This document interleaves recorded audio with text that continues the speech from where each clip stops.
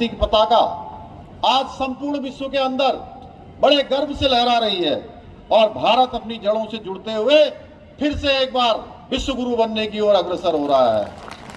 चाहे वो उज्ज्वला योजना लाकर महिलाओं को चूल्हे के धुआं से मुक्ति दिलानी हो, या लखपति दीदी योजना द्वारा महिलाओं को आत्मनिर्भर बनाना हो, या ट्रिपल तलाक जैसी कुप्रथा का देश के अंदर अंत करना हो। भाइयों बहनों, ऐसे अनेक निर्णय मातृशक्ति के सम्मान के लिए सुनिश्चित करने का काम प्रधानमंत्री मोदी जी के नेतृत्व में हुआ है। आज भाइयों बहनों, प्रधानमंत्री जी के नेतृत्व में भारत न केवल विकास की नई ऊंचाइयों को छू रहा है, बल्कि सशक्त, सुरक्षित और आत्मनिर्भर राष्ट्र के रूप में भी अपनी पहचान पूरी दुनिया के अंदर स्थापित कर रहा है। आज भारत की वैश्विक शक्ति बढ़ी है। भारत आज दुनिया की चौथी सबसे बड़ी अर्थव्यवस्था बन गया है। आज जो दुश्मन हमको आग दिखाया करते थे भाइयों बहनों, आज वो दुनिया भर के देशों में गुहारे लगाते फिर रहे हैं कि हमको बचाइए, हमको बचाइए।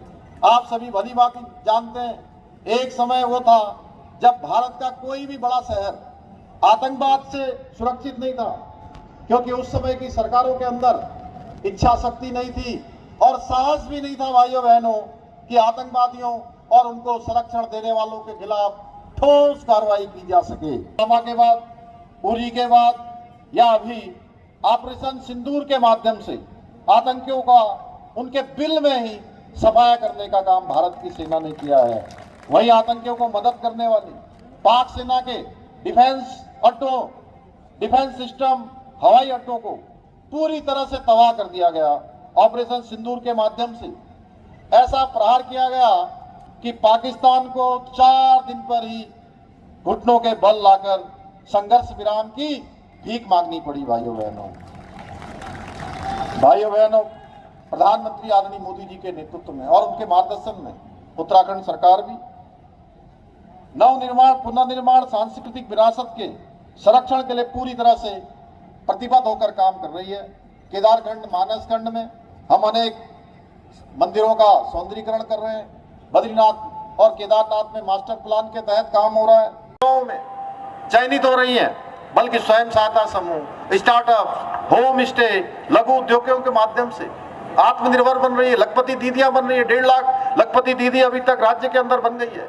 इसके साथ साथ भाई बहनों, मैं यही बताना चाहता हूँ, हमने अनेक ऐतिहासिक निर्णय भी इन सालों में लिए हैं, जिनको पूर्व की सरकारों ने राजनीतिक स्वार्थ के कारण ठंडे वस्तुओं में डाल दिया था।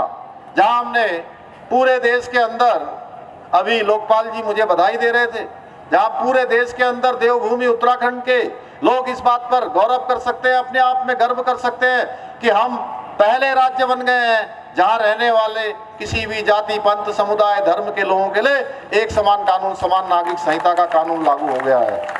वहीं युवाओं के भविष्य के साथ खिलवाड़ करने वाला, उस पर अंकुश लगाने के लिए नकल पर हमने देश का सबसे प्रभावी नकल कानून लागू किया है भाइयों बहनों। और उस नकल कानून के लागू होने के बाद 23,000 नियुक्तियां अभी तक संपन्न हो चुकी हैं और एक भी मामले में कहीं नकल का मामला नहीं आया, पेपर लीक का मामला नहीं आया, कहीं पेन ड्राइव से नकल का मामला नहीं आया, कहीं भ्रष्टाचार का मामला नहीं आया। अब चयन का आधार भ्रष्टाचार नहीं होता है, चयन का आधार भाई भतीजावाद नहीं होता है, चयन का आधार नकल नहीं होती है भाइयों बहनों।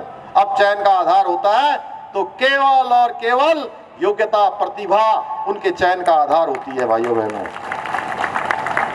इतना ही नहीं, हमारी सरकार ने यहाँ के सांस्कृतिक मूल्य और माता की, भारत माता की, गंगा मैया की, गंगा मैया की, लोक माता अहिल्याबाई होलकर की, लोक माता अहिल्याबाई होलकर की।